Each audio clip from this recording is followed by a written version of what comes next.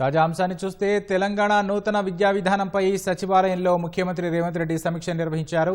ఇక మరింత సమాచారం మా ప్రతినిధి నగేష్ చారుని అడిగి తెలుసుకుందాం. నగేష్, చెప్పండి, కొత్త విద్యా విధానంపై సీఎం సమీక్షకు సంబంధించి తాజా సమాచారం ఏంటి?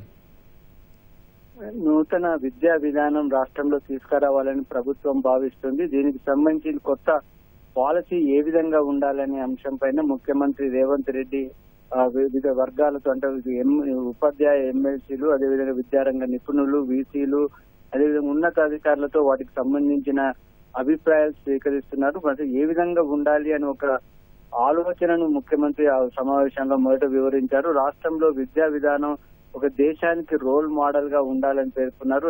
ఈ విద్యా విధానం కేవలం చదువు చెప్పే విధంగానే కాకుండా దేశంలో ముఖ్యంగా రాష్ట్రంలో పేదరిక నిర్మూలనకు ఒక మార్గంగా ఉండే విధంగా కొత్త విద్యా విధానం ఉండాలని ముఖ్యమంత్రి ఆకాంక్షించారు. ఇప్పుడున్నటువంటి విద్యా విధానంలో ప్రభుత్వ పాత్ర చాలా తక్కువగా ఉంటుంది. ప్రభుత్వం సుమారు 21,000 కోట్ల రూపాయలు కేటాయిస్తే అందులో 98% కేవలం జీతాలకే పోతుంది ప్రభుత్వ విద్యకు సంబంధించి అని ముఖ్యమంత్రి వివరించారు. అదేవిధంగా రాష్ట్రంలో కేవలం ఎక్కువగా 27,000 ప్రభుత్వ పాఠశాలలు కేవలం 18 లక్షలు ఉంటే ప్రైవేట్ పాఠశాలల్లో అంతకన్నా ఎక్కువ మంది విద్యార్థులు చదువుతున్నారు. ప్రభుత్వం ఇంత ఖర్చు చేస్తున్నప్పటికీ ప్రభుత్వ పాఠశాలల పైన ప్రైవేట్ వైపే ఎక్కువ మొగ్గు చూపుతున్నారు. వాటి కారణాలన్నీ కూడా విశ్లేషించి దానికి ఒక సరైన మార్గదర్శకంగా ఉండే విధంగా పాలసీ ఉండాలని పేర్కొన్నారు. అదేవిధంగా యూనివర్సిటీలకు సంబంధించి మన రాష్ట్రంలో కాకతీయ యూనివర్సిటీ, ఉస్మానియా యూనివర్సిటీ ఒకప్పుడు దేశంలోనే కాకుండా ప్రపంచ వ్యాప్తంగా ఒక ప్రత్యేకత ఉండేది. కానీ ప్రస్తుతం పరిస్థితి మారింది. ప్రపంచ వ్యాప్తంగా ఉన్నటువంటి పోటీని తట్టుకునే విధంగా మన విద్యా